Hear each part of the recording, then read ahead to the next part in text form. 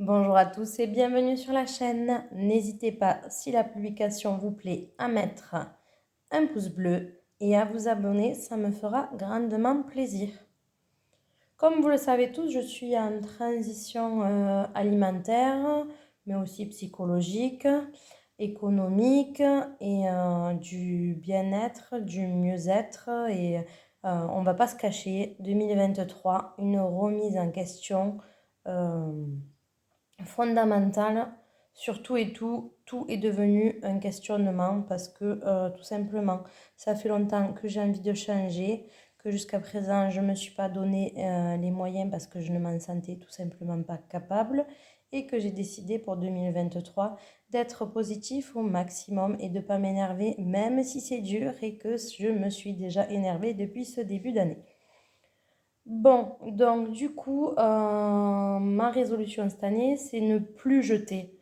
Parce que même si je faisais super attention à pas gaspiller, parce que je n'aime pas le gaspillage, on ne se cache pas qu'il y a toujours quelque chose qu'on n'a pas envie de manger, donc on laisse traîner. Quelque chose qu'on oublie au fond du frigo. Donc déjà, j'ai décidé de faire moins de courses pour avoir déjà plus de rotation, ne serait-ce qu'en frais, de faire une planification de mes menus pour arrêter d'acheter n'importe quoi et après de ne pas savoir en faire. Et donc là, du coup, mon frigo est sale. Donc je vous le montrerai certainement dans la prochaine vidéo de dimanche prochain. Enfin, de dimanche qui arrive du moins.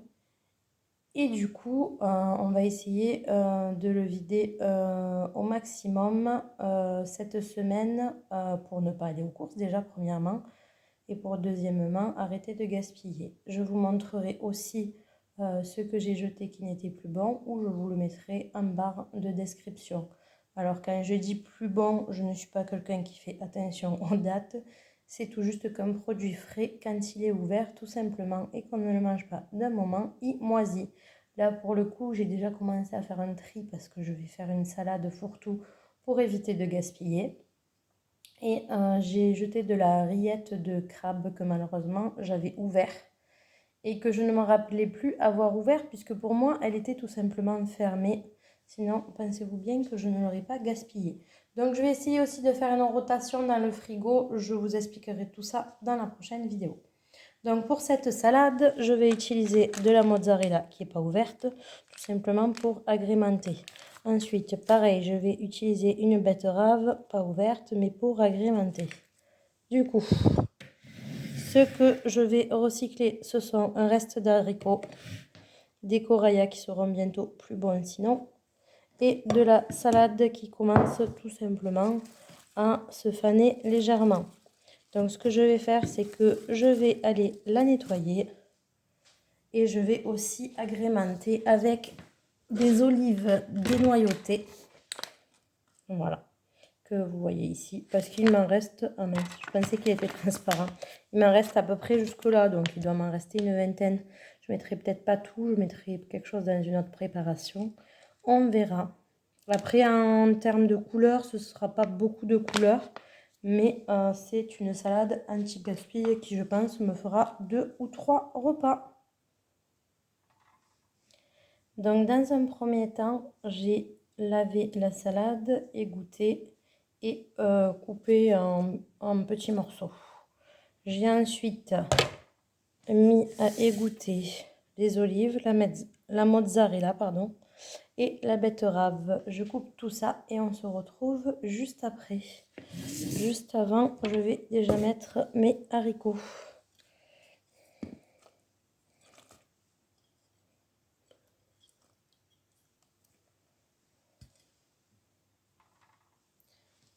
Donc voilà, j'ai tout coupé en morceaux, les betteraves que je vais rajouter directement dedans.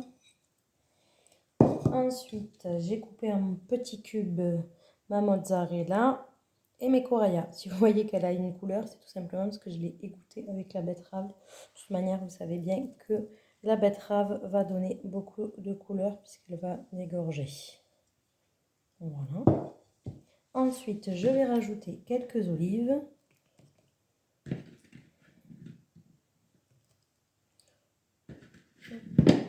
J'hésite à toutes les mettre parce que j'ai peur que ça fasse beaucoup. Bon, je mélange et on se retrouve.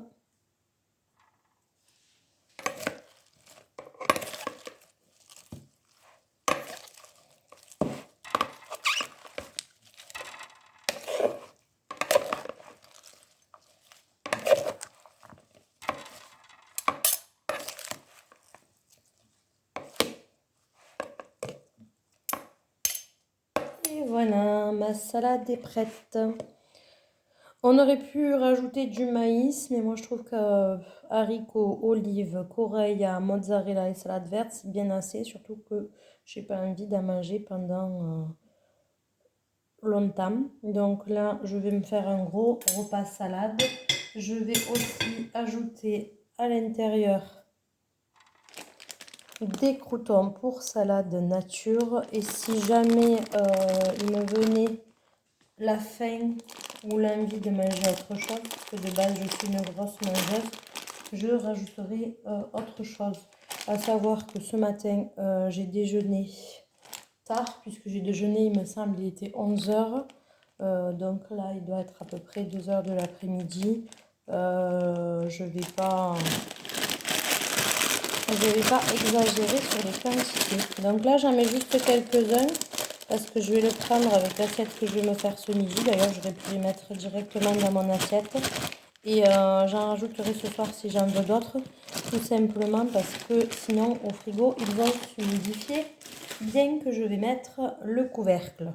Il me reste pas tout à fait 8 ou 9 olives. Donc je vais les mettre dans un petit bocal. Et ce soir, ou je les mangerai entre guillemets avant le repas pour faire un espèce d'apéro si je fais autre chose avec. Ou je les mangerai à un autre moment. On verra ça. Je vous en informerai si j'y pense. Je vous remercie d'avoir regardé cette vidéo. Quand vous avez des restes au frigo qui peuvent se manger froid, n'hésitez pas à faire des grosses salades composées.